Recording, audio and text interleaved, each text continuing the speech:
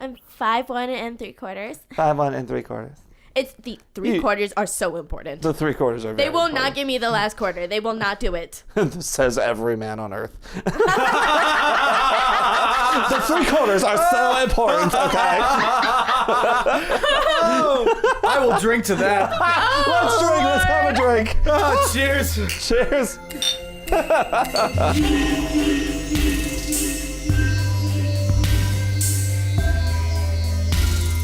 Hello, and thank you for listening to the Maximum Mediocrity Podcast. My name is David Shockley. And I'm Morgan Miller. And this is the podcast that interviews people that aren't famous, but should be. Today, we have Sifu of Wing Chun, Greg. He's also a multi-instrumentalist. Greg, welcome to the show. Hey, what's up? Thank you for having me. Thank you for coming. Usually we have to force people into the show, but you did it voluntarily for some reason. Oh, well, you know, what can I say? Got a soft spot. So a Sifu of Wing Chun, what is that? Okay, so Sifu is the Cantonese word for instructor. And all the moves and different blocks and terminology used in Wing Chun is going to be in Cantonese. So that's one of the terms they use, obviously, to describe their instructor. I've been doing it for about 13 years, and I did achieve my instructor's level in that art. Did it take the 13 years to get the instructor, or when did you become an instructor? I got my instructor's level probably about 9 or 10 years in. Yeah, I did it for quite some time. How many kids do you have to kick before they let you become an instructor? How many kids do I have to kick? Yeah, I mean, it depends on the kid. Some of them I'm going to kick more than once, right? Is it about length that you get them? I go for distance usually. I thought it might be like the body count. Body count. Yeah. That is possible. Got to pick up them rookie numbers if you want to teach. That's right. Yeah. Those are rookie numbers, man. Pick those boys up. Absolutely. No, but I trained very hard for a long time. Somewhere it might have been even shorter, probably about within like an 8 to 10 year span it took me to get my Sifus. And then after that, I was actually working on my master's levels for quite some time as well. Didn't get around to actually doing the test and everything, unfortunately, but I did prepare for it, and I still got some chops. I would have to brush up a little bit before I go for it again. But yeah. Can you tell us a little bit about the history of Wing Chun? Sure, yeah. So Wing Chun is a traditional Chinese Kung Fu system. It was actually created in the Shaolin Temple. It was put together by 5 different grandmasters of China at the time. It was a collab. Yeah, it was a collaboration. It was 5 different grandmasters came together to create a quote-unquote ultimate fighting style that could be learned quickly to train a rebel army for the time. They were in a Civil War-esque kind of period at the moment, and they were trying to allow the common people to have the ability to kind of rise up and form a resistance of sorts. So they came up with Wing Chun so that they could teach somebody quickly and efficiently how to fight and defend themselves. Interesting. It's kind of like in America, why we have like the right to bear arms and things like that. Yeah, in a way, absolutely. Yeah. Is it true that it's made for small people to defend against large opponents? It absolutely is, because it uses body mechanics and the use of angles and not fighting force with force. So even if you are smaller or not as fast or not as strong as your opponent, you can still find a way to defeat them. That's the philosophy behind it. Interesting. And that's interesting because like you're a tall guy. I am. How tall are you? 6'1". I can't believe you asked him how tall he was. Because he said it was for smaller people. I just thought it was interesting. It's not for smaller people, but it can be used by smaller people specifically. It's all about throwing your opponent off balance, using their imbalance to overpower them. In a way. That's how I always looked at it. If they're off balance, I can defeat them. I didn't realize there were 2 instructors in this room. Right. Sifu Greg was actually my Sifu. That is true. She could really throw a punch. It was awesome. You don't have to lie here. You can just tell us the truth. How was she really? She could throw a swing. I walked up to correct her a couple times, and she just like turned around and got startled, so she hit me in the chest. I was like, "What the hell, Morgan?" Hey, that's all right. These things happen. You're on edge in that studio, man. I know, absolutely.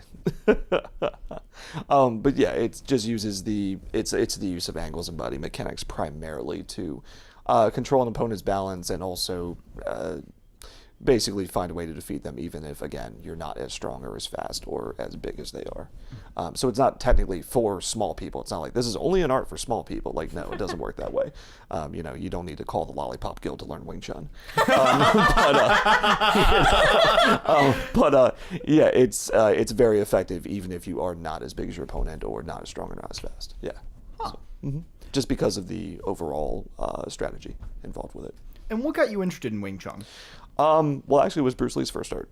And actually, the Grandmaster of my lineage, Grandmaster William Chung, he's one of Bruce Lee's oldest friends, or was anyway one of his oldest friends. Obviously, Bruce Lee, passed. But also was a big mentor of his and teacher, and so I had learned of that and was like, oh, well, Bruce Lee did it, so cool, right? But I didn't realize how really in-depth and incredible and intelligent the art was until I really started, learning and progressing as a student. So. And what are some of the differences between Wing Chun and other martial arts or other forms of Kung Fu? So a lot of forms of Kung Fu, like for instance, you always hear about different animal forms such as, tiger, monkey, crane, things like that. A lot of those Kung Fu styles I actually do pig formation. Pig formation. Excellent. Pig formation is awesome. You just eat a lot. He's excellent at it. Yeah. He might even be the Grandmaster. The Grandmaster pig formation. I love it. Absolutely. I bore my opponents to death. I mean, and then there was, and then what? Panda Fist came out because of that Kung Fu Panda movie, right? I mean, that's definitely a thing. They're just making them up now. I know they're just making them up now. I think I saw this video on the DVD. It was an extra. It was and it showed all the different styles of Kung Fu and the animal styles that were portrayed in the film. And then one of them actually was Panda Fist style, and it shows this little kid doing these funny movements and just making silly faces while he does it. It was really funny. We loved it. I was I remember I was babysitting a friend's kids at the time, and we just put on that movie, and then I'm sitting there and we're watching that extra just laughing so hysterically at it. It was great. But anyway, I digress. Traditionally, a lot of the animal forms are actually used, their forms are meant to portray something or characteristic of that animal. And a lot of Kung Fu also back in traditional times were fighting with a form. It wasn't necessarily them kind of freestyling with the moves that they had used or learned through the forms. They were actually fighting with a form. So in some of the old Kung Fu movies, the ones from the 70s and such, you'll actually see them fighting with a form. So what they'll do is they'll engage, and then they'll actually go past each other and then come back around and engage again, because they're fighting with a form that they're doing. They are doing a form that fights the other person's form. So it's almost like a rock, paper, scissors. It kind of, I mean, in that way, sure, So yeah, it's that's rock, paper, scissors, and Wing Chun's kind of like the nuclear bomb. You know what I mean? It is definitely more of a free form flowing system. And it's one of the first forms, in my opinion, traditionally, that really stress the idea of learning to really fight with your style, not just mimic a form that's supposed to, basically show you how to fight. You just do the form and you can fight. It doesn't work that way. You have to actually learn how to utilize the movements within that form in a free-flowing style. That's what Bruce Lee brought to the martial arts world. Oh. And that's why, he was so, successful in that way. There's a lot of stuff about Bruce Lee that came out after his death and things like that. People said that he was this incredible martial artist and he did a lot of great things, and he was, and I will never take that away from him. But the whole free-flowing, no form, no movement, no specific movement to counter one movement, it really came from the concept of Wing Chun. Wow, that's amazing.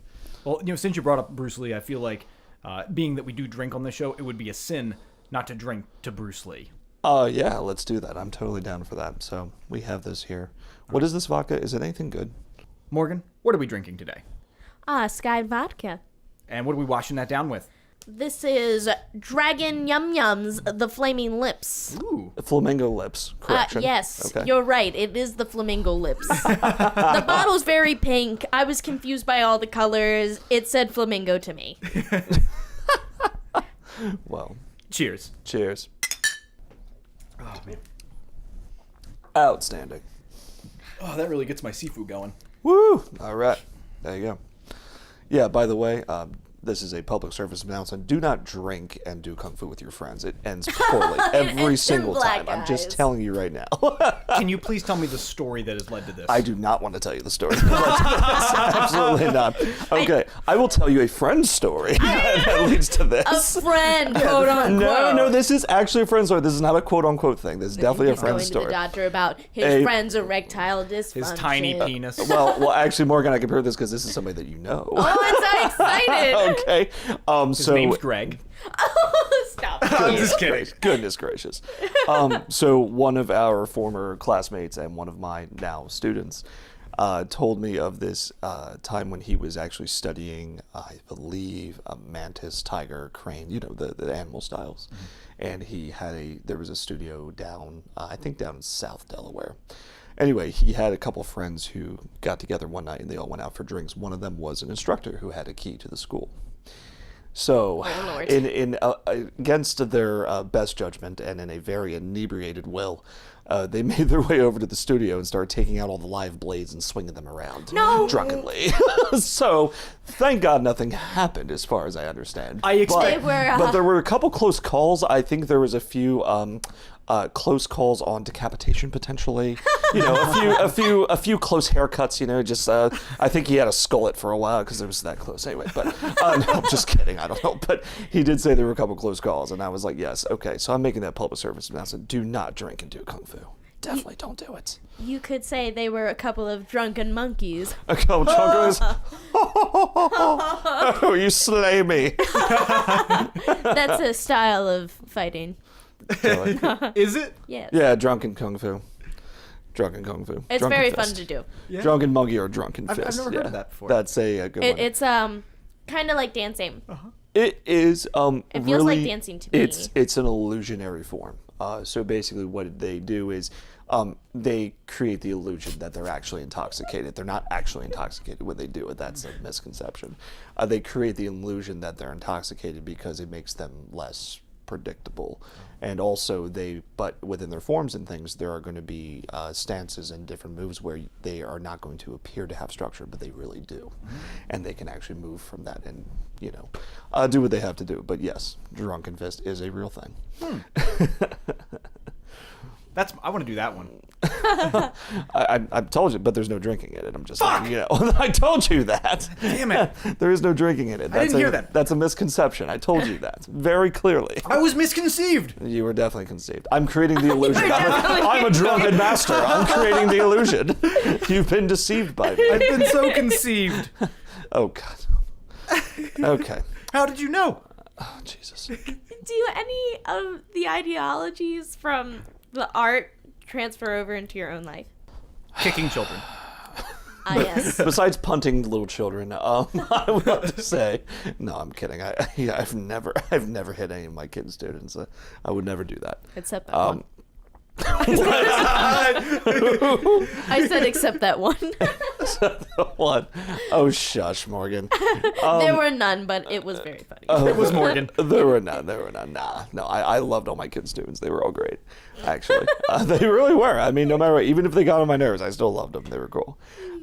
But as far as ideologies that go into my own life, I guess the idea of flowing with energy, no matter what the energy may be, that would be one that does resonate with my own life. Very cliche, the kind of go with the flow kind of thing, but that does resonate with me, and that's something that Wing Chun did teach me, even more so, or reinforce, I should say, in my life.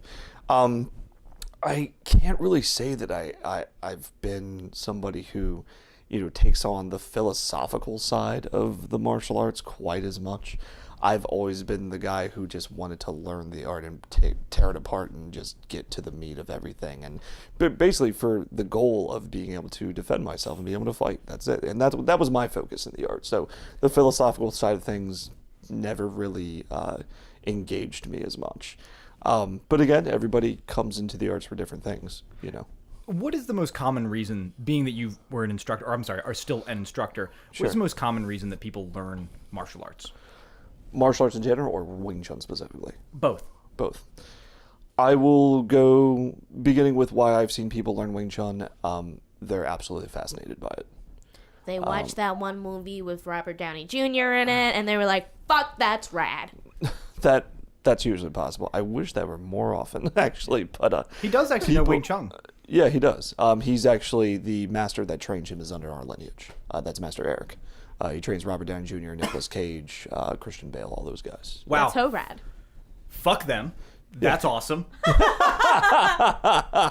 Yeah, that's our Wing Chun. Could you imagine walking into a studio and seeing all those guys?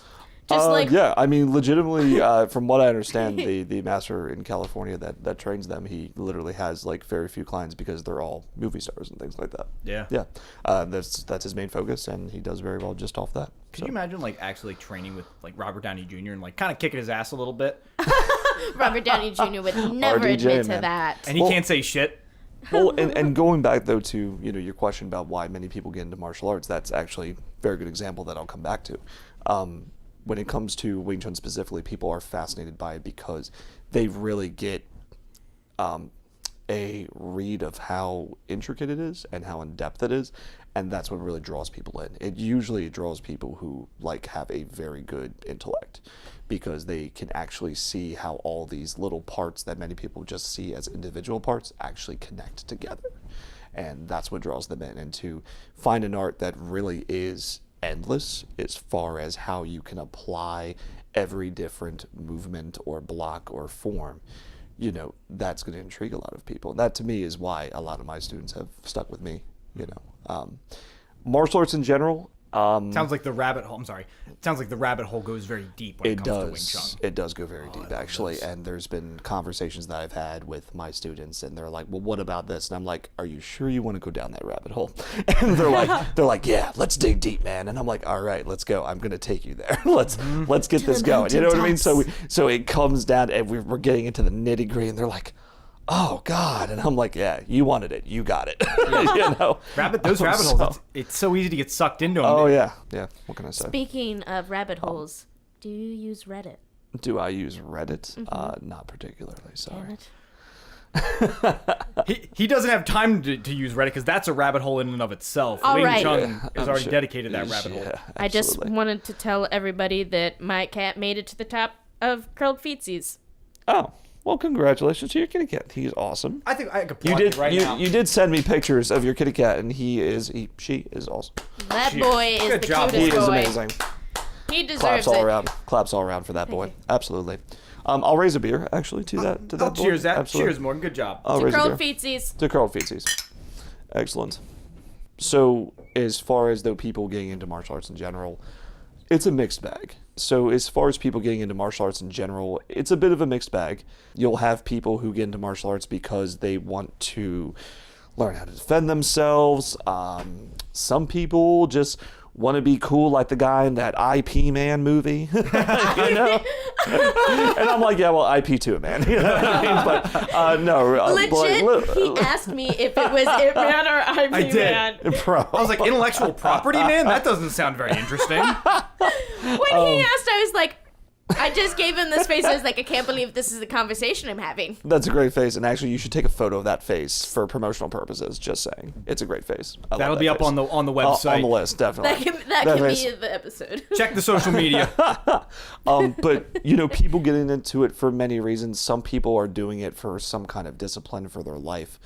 Some people get into it for the philosophy. Some people are soul searching. Some people want some woosah. They just want to do the forms and they want to have something to relax themselves.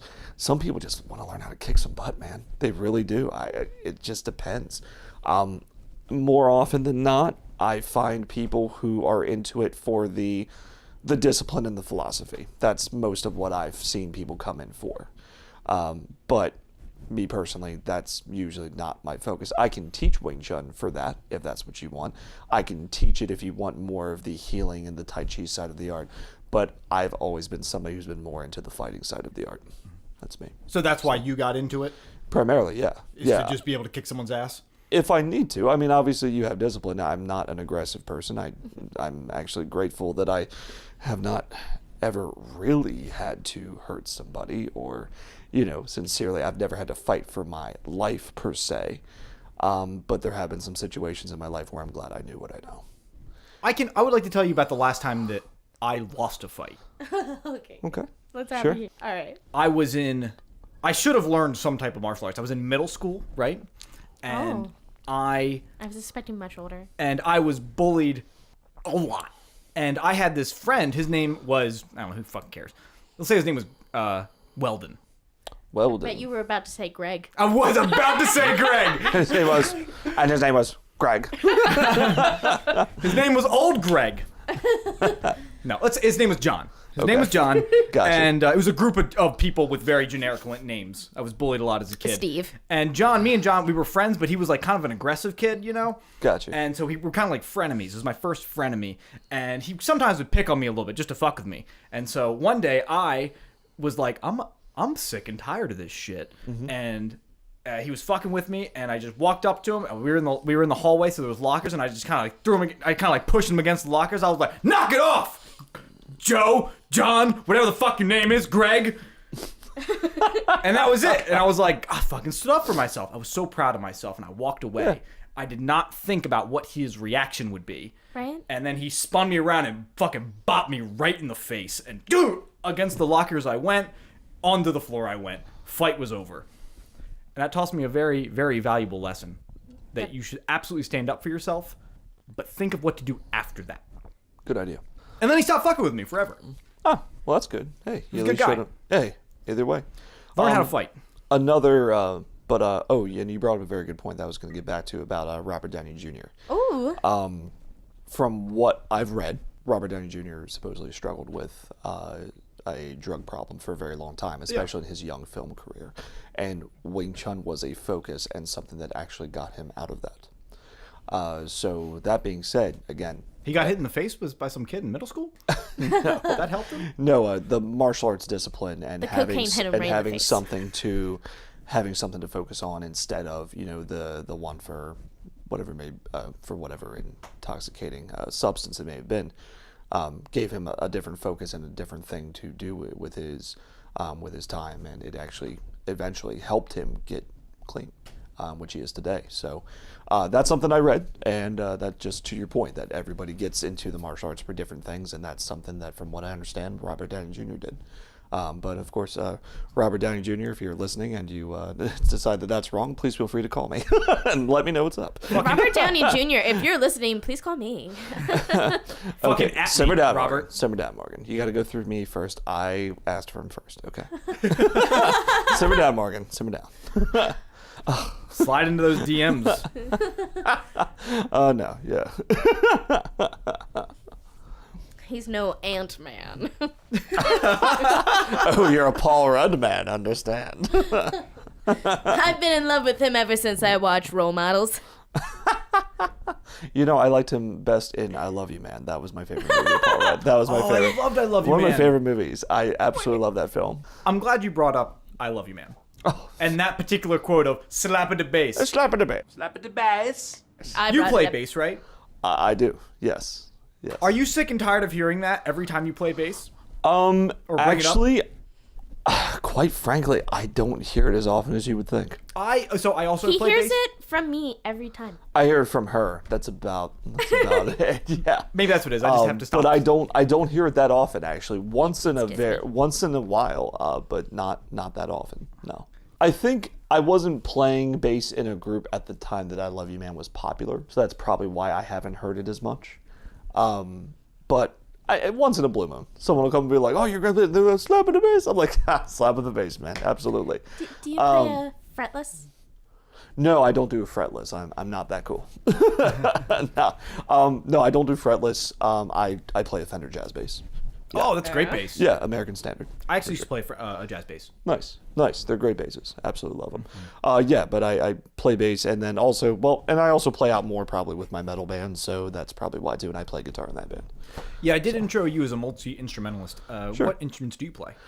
I can play guitar. I can play bass, obviously. I am a singer. I can play piano, and I can play drums. Nice.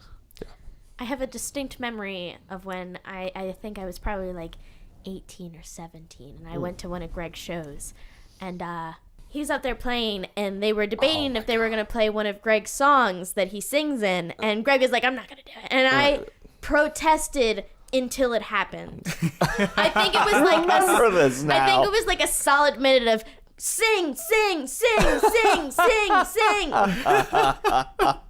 I remember that now. Yes, that was actually my first band. That's funny. Yeah. I was gonna say I did not relent, and It was guess awesome. what? He sang. She was relentless, and I totally sang. It was awesome.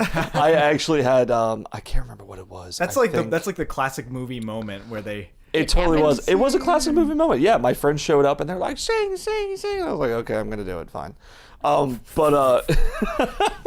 no, I can't remember why, but my voice was not good that day, so I didn't want to do the songs that I usually do with that group. That's what they all say. And no, that was 100% true.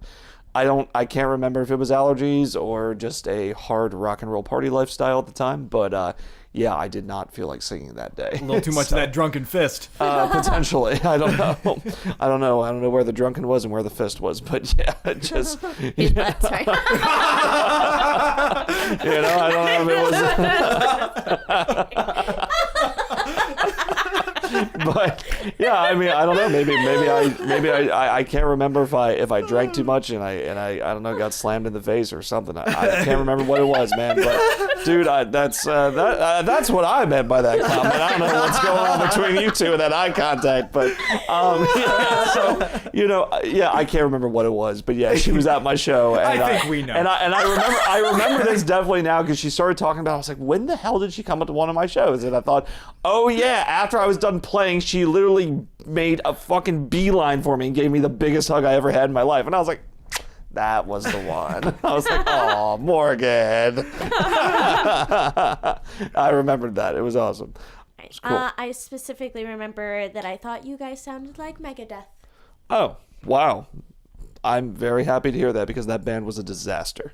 So awesome. Very glad to hear that. Megadeth? No, my band was a disaster. I love Megadeth. I'm glad to hear that. My band was a complete disaster. So I'm glad to hear that we actually sounded good.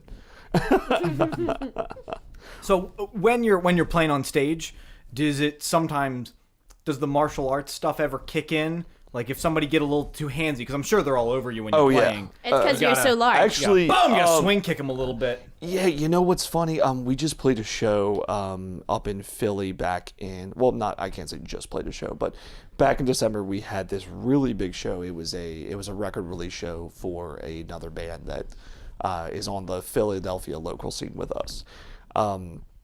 And that show was by far one of the craziest shows I've ever played. Absolutely was.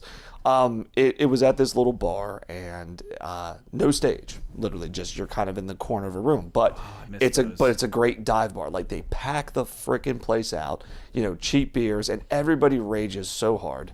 But it got a little unruly because everybody was literally circle pitting in this tiny dive bar, and like beers were getting spilled, and I was afraid that someone was going to step on my pedal board, and someone hit the microphone stand. I took a microphone right to the face. Like it got so crazy, and I was literally moving my equipment, like kicking my pedal board with my feet to keep somebody from stepping on it or spilling a beer on it. It was absolutely nuts, and I think I did incorporate some Wing Chun tactics in that particular situation. It was like this guy, I think some dude came up real close, so like he was moshing, and I did some kind of Wing Chun thing, utilizing my guitar, of course, and I like redirected him the other way, things like that. Yeah, man, hey, when you got that nice gap chip on your guitar, it's like you come up with a great story for it. Like, man, we were on tour and I had to fend off a pack of wolves when we were guarding the van, like, things like that, dude.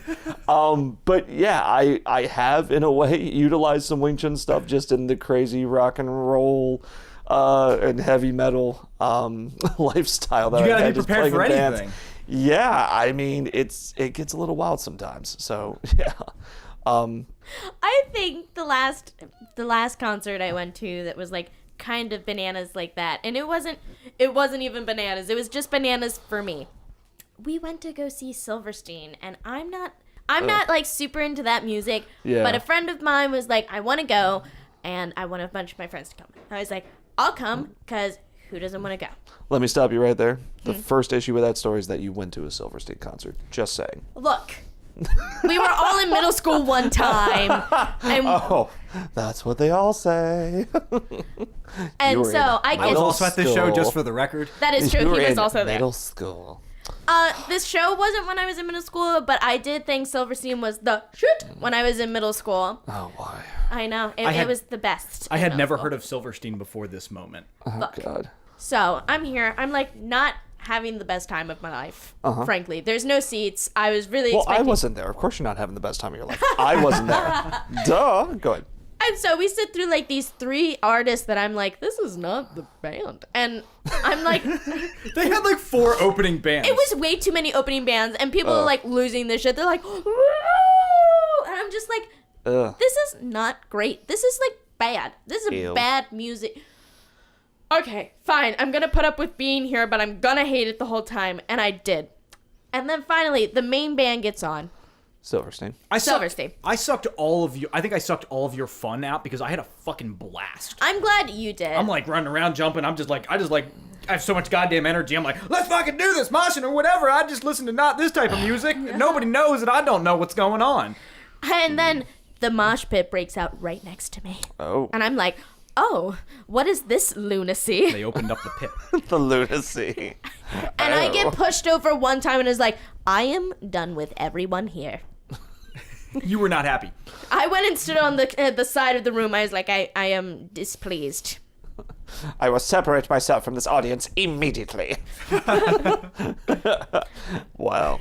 Holds monocle. You know, it's really funny. The moshing definitely differs from genre to genre. It's really funny. I remember going and I remember actually watching these people mosh, whether it was emo music or even like the pop ska music, like white boy reggae that's out. You know, that's really popular. We fucking love ska music. Get a hold of yourself. I'm not saying anything wrong. I didn't say anything wrong about I didn't say anything wrong about ska music or white boy reggae, but trumpets are cool. I didn't say anything wrong. There's anything wrong with it. I actually like some of it. By the way, Revolution is coming around. I think come sometime soon. I like Revolution. Cool band. But I remember just like watching like how they mosh and then comparing it to like my heavy metal moshing, and I'm just like, these guys don't know what they're doing. I remember like, you know, watching the emo guys, and they're like, it's more of a dance with them. Like they jump and they 2-step and they throw their fists in the air and stuff like that. And then like with like the ska guys, it's more like a jumping, like a pogo jumping thing. Yeah. I feel like I feel like I could be in that one. Yeah, right, exactly. Right. It's more like person friendly, so to speak. But like the heavy metal moshing is definitely a whole nother animal. Like I went and saw a Testament concert with also, I think, Overkill. And they did what's called the Wall of Death, if anyone's ever heard of it. I was going to ask you if You you know know the Wall of Death? I've been in a Wall of Death, yes. I saw it. Testament did it when I saw them. And I was in the Wall of Death at the head, right at the front and center. My buddy, an old friend of mine from high school and I were there. Yeah, we went pretty hard with that. It was fun. It was this run into each other. Yeah, basically. And I'll tell you what, a Testament concert is the scariest freaking mosh pit in the goddamn world. Because I'll tell you what, it's like, so here's the thing. Here's the difference. We saw Cradle of Filth a couple weeks earlier, right? I do want to say it's Delicious. probably not the scariest being over 6 feet tall who knows Wing Chun. No, I feel like there might be... No. I feel like it'd be a little scarier for me. Let me finish the story. Let me finish the story. We saw Cradle of Filth a couple weeks earlier. That sounds delicious. And delicious. So yeah. So we saw Cradle of Filth a couple weeks earlier, and I think the mosh pit was nuts, but like everybody in there were like these scraggly little dudes, and like they were just like swinging their arms around and stuff like that. And I'm just like, you're so a bunch of Davids. I'm like, you're no bigger than these children that I'm punting around at the moment at Definitely. my studio. You know what I mean? So you're tiny little people. Like just get out of my way, right? But then I go to Testament about a month or two later, and literally everybody in the pit was a good, let's say 6'6", 300 pounds. Oh my God, way bigger than you. Yeah, way bigger than me. Even me. And I'm a big dude by many standards, but those guys were monsters. It was like Battle of the Giants in that freaking mosh pit. Like it was frightening, dude. Like it was like watching a bunch of silverbacks go at it, like just just raw, like you thought you were in like a Bad Nature show where everything went awry. Like I'm just like, damn, like if I were Steve Irwin, I'd get the hell out of here. Like this is horrible, But I just, it's a very different different style of moshing between the different genres. And Testament was one of the most extreme pits that I'd ever been in. It was really, really scary, actually. But yeah, I mean, you fucking do it though, because it's a blast, you know. That was years and years ago now. I don't really do the mosh thing much anymore. It's just not that interesting to me. I'm more about the music now, but as he says, holding up his monocle. But yes, I'm more about the music now, really. No. It's beyond me, you see. And that's not an excuse, and that's not another way of me saying like I'm getting old or something like that. I just don't care about the moshing really as much anymore. But it's fun, and I appreciate it. Because it hurts. You know, it does. It really doesn't. Like I never was bothered by it. You know what I mean? Okay. Except this one time. Someone gave me a hit in the throat one time. That sucked. But you know what? It happens. You get up and keep going. But yeah, I've noticed a big difference in like the moshing style between all the different genres. It's really cool to see in a way. Like whoa. But I'm glad you brought up giants, because I have an interesting fact. Did you know that there's a whole, like, sexual, like, genre of people that are into giants? Quote, unquote? Oh, I've heard of this. Giantism. Yes. Okay. He has a confused look on his face, which I believe is trying to save face. It's all about they want to be dominated by a giant being. And I cannot get enough of the thought of what these people look like. Did you ever see the movie BFG? I don't. No. I don't know that's. Like, and I've watched a couple videos of like these dominatrix people that are like pretending to be these giants, and it's really just videos from people from their phone, like down here, talking to the camera that's down beyond their chin, like down in their lap. Real low angle. Like real in their lap, and they're just like, haha, I could smush you if I wanted. and I can't get enough of the idea of the person that's watching that video like, fuck yeah, you could fucking smush me. Smash me into a million pieces, baby. Yeah. I can't get enough of weird. that image. Like, that is just a fascinating concept to me. And there's like a whole it's like the opposite genre, the people that like to be the giant. I'm done getting into it, but that is fucking fascinating to me. See, this confusing face is not only like this whole giantism thing, but also how the hell you went off on that tangent based upon what we were talking about. You said giants. Yeah, one time in related to heavy metal and moshing, and you go off on some kind of a sexual fetish. Okay. Don't you kink shame me. Don't you kink shame me, Sifu Greg. Is that a thing now? It is. Oh my God, thing. it's so 2019 in here right now. We are millennials. We're running out of monocles. Are you classified as a millennial? How old are you? I'm 28, born in 1990. I don't know. He's a millennial. He's an millennial. He's an elder millennial. Get the avocados. I'm an elder millennial. I don't even know. I Pelt don't him care. with the avocados. Get the toast. I really never even cared to know or find out. I'm just like, dude, I was born in 1990. I'm 28. Like, blah, you know, like, who cares? Yeah.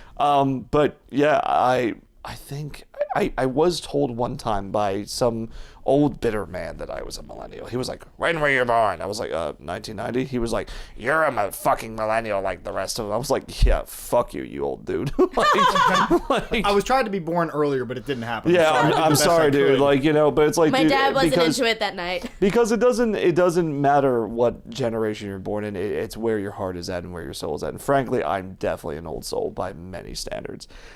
I've always wanted to be a giant because I'm so small. How tall are you? I asked him what his height was. Yep, you totally did. Come on, you gotta share it now. I'm 5'1" and 3/4. 5'1" and 3/4. It's the 3/4 are so important. The 3/4 are very They will important. not give me the last quarter. They will not do it. This says every man on earth. The 3/4 are so important, okay? I will drink to that. Let's drink. Let's have a drink. Oh, cheers. Cheers.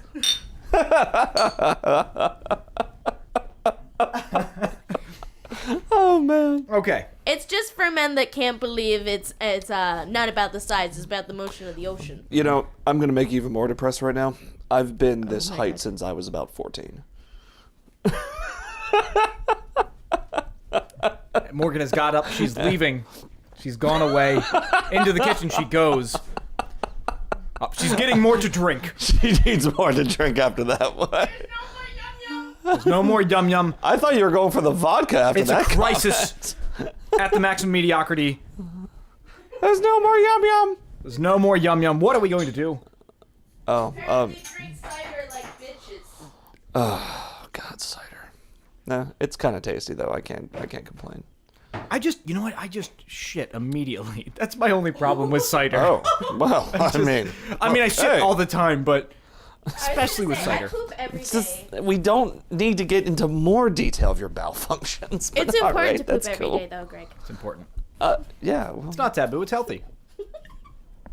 It's We're all friends 2019. God. It's 2019. Like, bowel movements are such a natural thing. Like, everybody should know about them. Yeah. Bowel movements are in right now. Do not bowel movement shame me. Like, Don't you dare. don't you dare.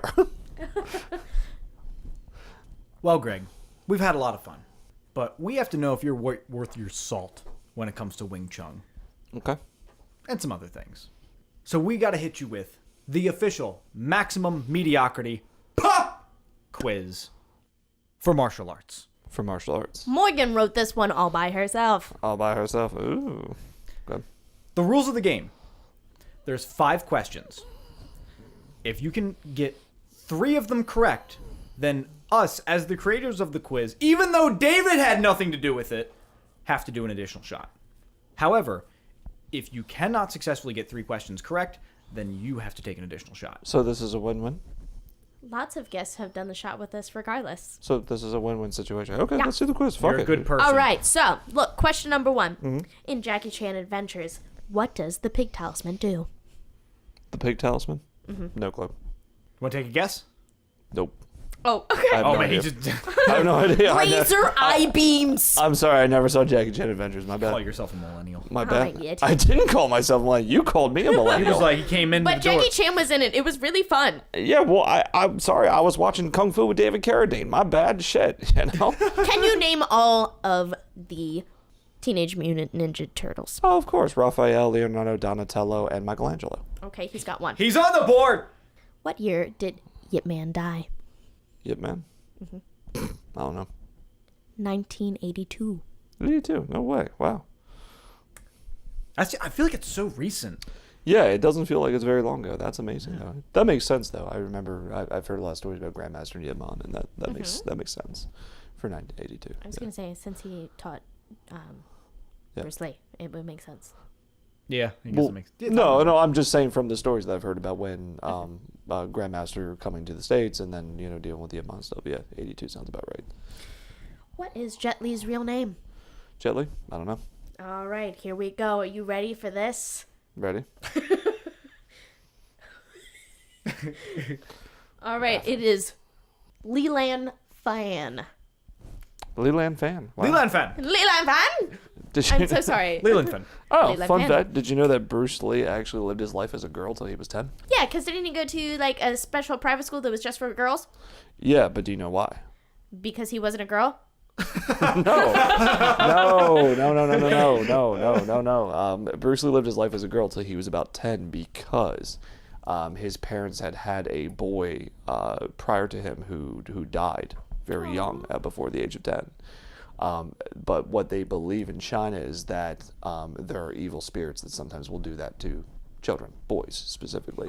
But what they do is they don't do it to girls. So they actually had Bruce Lee live his life as a girl till he was about 10 years old. That's really fucking confusing. He went to a girl's school. They dressed him as a girl, everything till he was about 10 because they wanted the spirits to leave alone, the evil spirits. You go They pee gave with him a your gir- girl penis. They gave him a girl's name. They did all that stuff. Yeah, till he was about 10. Yes, Bruce. Yeah.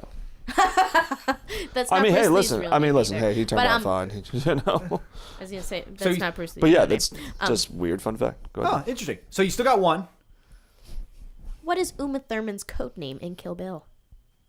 Come on, you got this one. Oh yeah, Uma Thurman's code name, isn't she the? It's like Uma She's the black Mamba? Or like, There it is! Wow, she's the Black Mamba. That's Got right. it. That's two. Well, that's funny. One of my bands were Genesis Z and the Black Mambas. That's Nice. why. That's why I remembered. Go ahead though. Yeah, she's the Black Mamba. This is a bonus question. Bonus question. You've already lost. We're all gonna drink anyway. That's accurate. What is the length of a bass that is considered short scale? The length of a bass that's considered short scale. I don't know. I don't play little people basses. 30 inches. Okay. Look, I almost got that question right earlier. I said 32, and I felt really good about it. Yeah, So. no, sorry. Yeah, David made that question. It was the bonus question. I don't pay I did have attention. something to do with it. I don't pay attention to scale length and all that stuff. I'm sorry. I just Laser find a bass that I like and I play it. But awesome. Thank you for the pop quiz. It's great. So you did pretty good. That was 2 out of 5. So you do technically lose. So you do have to do a shot. But because you did say that you were going to do a shot anyway, I think, Morgan, it'd be right for us to do a shot with them. What do you Yeah, think? Morgan, go get the vodka. Let's get this rolling around. Cheers. Cheers. To Greg failing the quiz. Oh, that's not a prop. To you drinking anyway. Greg, you're in a few different bands, right? Yeah. Could you tell us those bands? Tell people where they can find you, where they can look you up, where they can check out your shit. Yeah, absolutely. So you can look up my band Traitor. We're a heavy metal band based out of Philadelphia, very traditional 80s speed metal and heavy metal. You can find us on Bandcamp for Traitor. We are also on Facebook and Instagram, Traitor Philadelphia. And I'm also in a band called The Collingwood. You can look up The Collingwood on Facebook as well as Instagram. And also the lead singer of The Collingwood has a film out called Yes, Your Tide is Cold and Dark, Sir. You can find that on Amazon. And also it includes music of The Collingwood in the film. Then I'm also in a band called Genesis Z and the Black Mambas. You can look up Genesis Z and the Black Mambas on YouTube, Instagram, Facebook, everything. They're out there. So yeah, check them out. Enjoy. You are a busy guy in all these different bands. I'm a busy guy, yes. And then on top of that, I'm doing my own stuff too. Wow, Besides that's those awesome. 3 bands. Yeah. Well, we'll make sure to put that all those in the description down below. Yeah, sure. Thank you very much for listening to the Maximum Mediocrity podcast. And also, check out firststatestudios.com. You can listen to our podcast on that website. You can also listen on maximummediocrity.com. And you can even check us out on Instagram, Facebook, and Twitter as well if you want to keep up to date with the podcast. We release twice a month. Once again, thank you very much for listening.